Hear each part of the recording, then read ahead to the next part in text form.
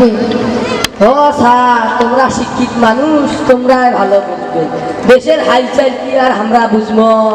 ভালো হইলে ও আচ্ছা, ভালো কথা। ভাই আপনার ছেলে সাইদ এখন কি করে? স্যার, তোমার গুলের দয়ায় মোর বেটাটা বেগম ওকে ভার্সিটি চান্স পাইছি, তাও আবার ইংরেজি। ভাই আবু সাইদ কিন্তু ভালো ছাত্র, কষ্ট করে হলেও পড়ান। দেখবেন একদিন বিসিএস ক্যাডার হবে, বড় অফিসার হবে, আপনার মুখে হাসি ফুটাবে, তখন আপনাকে কামলা কাটতে হবে না। ও স্যার, সেটা তো ঠিকই কইছে। এলায় কামলা দিয়ে আর সংসার চলে না। এক যে টিহা বাড়ান সেটাও বাংলা খাওয়াটা মাঝে মধ্যে বাইতে আসলে মোর সাথে কামলা দিবে চাই। সোনা ছাওয়া ওদের ছাওয়া আর হয় না। অঙ্কুর হচ্ছে 2-3টে কি গ্রহণ কয় ওমা। এই যে প্রাইভেট নেই, প্রাইভেট কয়, ওই প্রাইভেট 2-3টে পড়ায়, কোনো মতে বাড়ির কয়টা টিহা দেয়।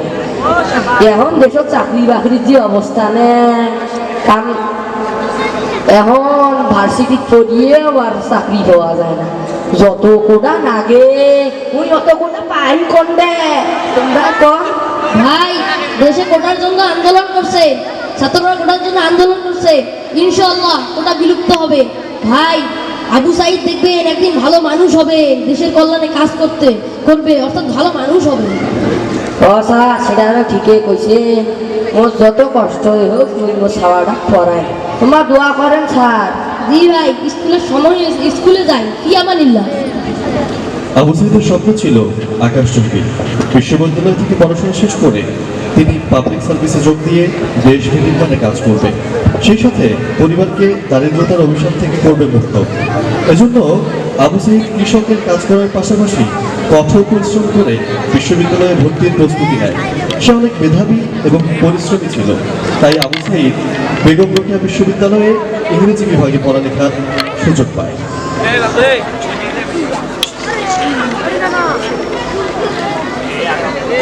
বন্ধু আসসালামু আলাইকুম। ওয়ালাইকুম আসসালাম। বন্ধু তুই কেমন আছিস? আলহামদুলিল্লাহ আমি ভালো আছি, তুই কেমন আছিস? আমিও ভালো আছি। বন্ধু তোর পড়ালেখার কি অবস্থা? আরে এত পড়ালেখা করে কি হবে? পড়ালেখা করে কি আর বড়লোক হয়েছে? লাইফটা এনজয় করো, চিল ব্রো চিল। বন্ধু চিল মানে নাকি সপ্তম পণ্ডিত বই মিলে হচ্ছে, চল যাই। আরে এত বই মিলে গিয়ে কি হবে? আমার দোকানে তো হাজার হাজার বই, পড়ার সময় কই? আচ্ছা বন্ধু, বই মিলে কি করে কনসার্ট নেই?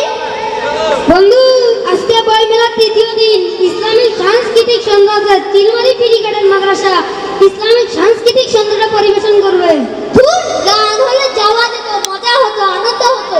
বন্ধু চল যাই, তোর অবশ্যই খুব ভালো লাগবে। আচ্ছা তুই যখন এত করে বলছিস, চল আমরা যাই।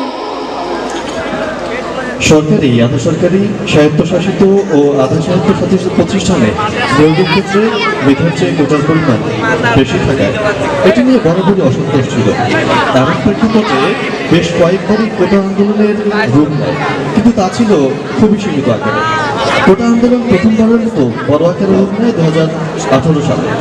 ওই বছরের জানুয়ারি মাসের শেষের দিকে সরকারি চাকরিতে কোটা সুবিধা বাতিল এবং পুনর্মূল্যায়নে হাইকোর্টে রিট দায়ের করে এক বিশ্ববিদ্যালয়ের ছাত্র এবং 2 সাংবাদিক। এতে কোটা পরবর্তীতে সংবিধানের সঙ্গে সাংঘর্ষিক বলে উল্লেখ করা হয়, কিন্তু মার্চ মাসে এসে ওই রিটটি খারিজ করে দেয় সর্বোচ্চ আদালত। এদিকে আদালতে রিট করার পরপরই ফেব্রুয়ারি মাসে সামাজিক যোগাযোগ মাধ্যম ফেসবুকে কোটা সংস্কার চাই নামে একটি পেজও খোলা হয় এবং শাহবাগকে কেন্দ্র করে পেজটি থেকে মানববন্ধন সহ নানা কর্মসূচির ঘোষণা করা হয়। এর মাধ্যমেই মূলত কোটা সংস্কার আন্দোলনের দানা বাঁধতে থাকে। হ্যালো হ্যালো, আসসালামু আলাইকুম। কেমন আছেন? ওয়ালাইকুম আসসালাম। এ বাবা, কিসের বলে শহর, কিসব বলে আন্দোলন হইতে আছে, তুই কিন্তু হইলে যাইসনি। তোমরা কি যে কর না হইবে কিছু ওটে গেলে। ও আচ্ছা বাবা, তুই কখন আসবু? এই যে আজকে 10টা রাতে আসবো। ও সাবধানে থাকিস বাবা। খুব ঠিক আছে, দোয়া করেন। আসসালামু আলাইকুম। ওয়ালাইকুম আসসালাম।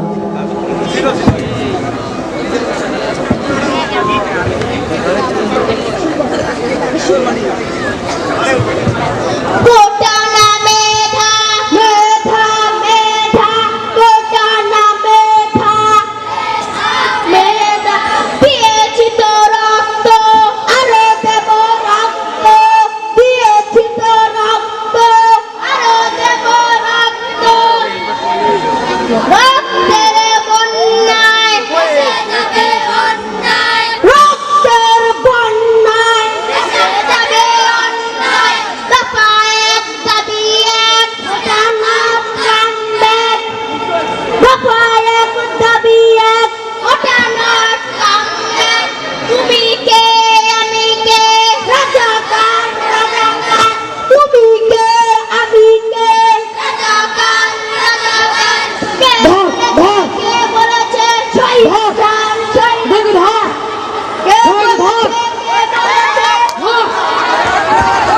বলবীর বল উন্নত মমশির শির দেহারি আবার শিরই শিখর হিমাদ্রির বলবীর বল মহাবিশ্বের মহাকাশ পারি চন্দ্র সূর্য গ্রহ তারা ছাড়ি গোলক দুলক গোলক ভেদিয়া খোদার আসন আরোচ্ছে দিয়া উঠিয়াছে চির বিস্ময় আমি বিশ্ববিধাত্রী বলবীর বল উন্নত মমশির।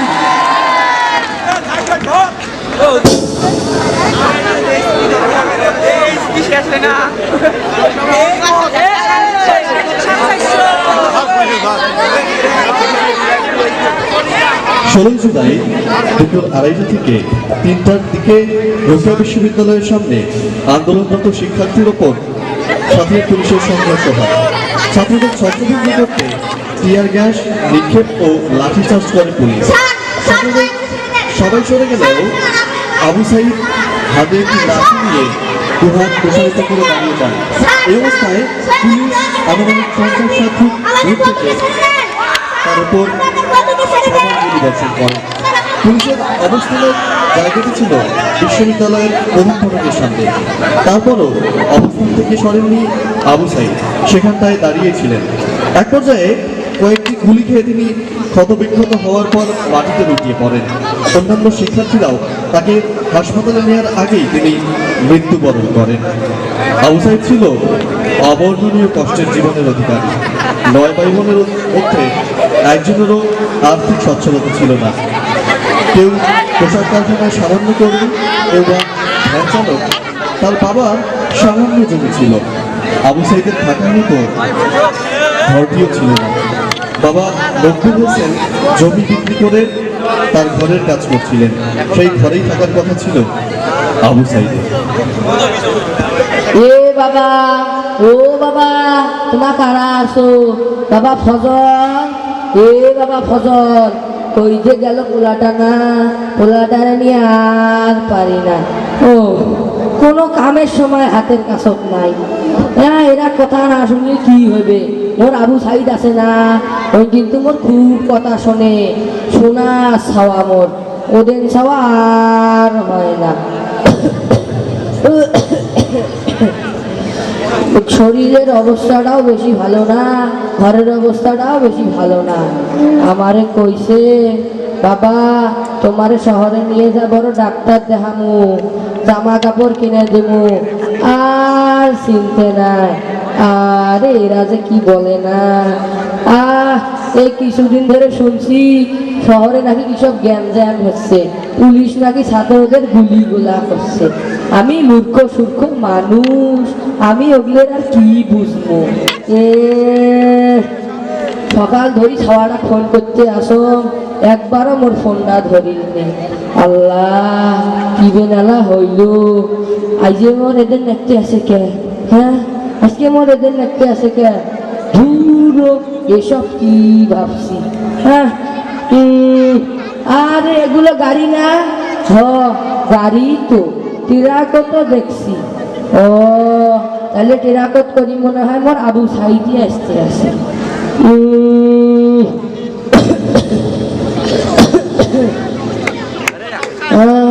টিরাকত করি কাক নিয়ে আসি। আল্লাহ, ছোটবেলায় মাস্টার মশাইয়ের কাছে শুনছিলেন, মাস্টার মশাই কইতো লেখাপড়া করে যে গাড়ি ঘোড়া চড়ে এসে, তাইলে মোর আবু সাইদ মনে হয় গাড়ি করিয়ে আসতে আসে। আরে না না না না না, এটা তো অফিসিয়ালের গাড়ি নয়, এটা তো অ্যাম্বুলেন্স। আল্লাহ, কার কি হইলো? এ বাবা ফজল, এ কুটি গেল রে বাবা, এ আসি দেখতো। ও আবু সাইদের মা, ও কুটি গেলেন গো, ও তাড়াতাড়ি আসি দেহ গো। আল্লাহ, আইও কেনা, মোক কিছু পায় না, আইও মোক কিছু কর। আরে এত মানুষ, তোমরা এত মানুষ কারা? আরে তোমারই তো আমার চিনি, তুমি আমার আবু সাইদের বন্ধু না? তোমরা সবাই আইছো, আমার আবু সাইদ কই? হ্যাঁ, তোমরা কথা কও না কে? তোমরা কথা কও, আমার আবু সাইদ কই? আমার আবু সাইদ আসে না? আর এটা কিসের বাক্স? হ্যাঁ, এটা কিসের বাক্স? আজকে আমার এমন লাগতেছে কেন? হ্যাঁ, আজকে আমার এমন লাগতেছে কেন? আরে দেখি, আমি এই বাক্সটা দেখি। কারো ভাইয়ের ভয় নাই। আমার ভাইয়ের এত মেধা ভাই।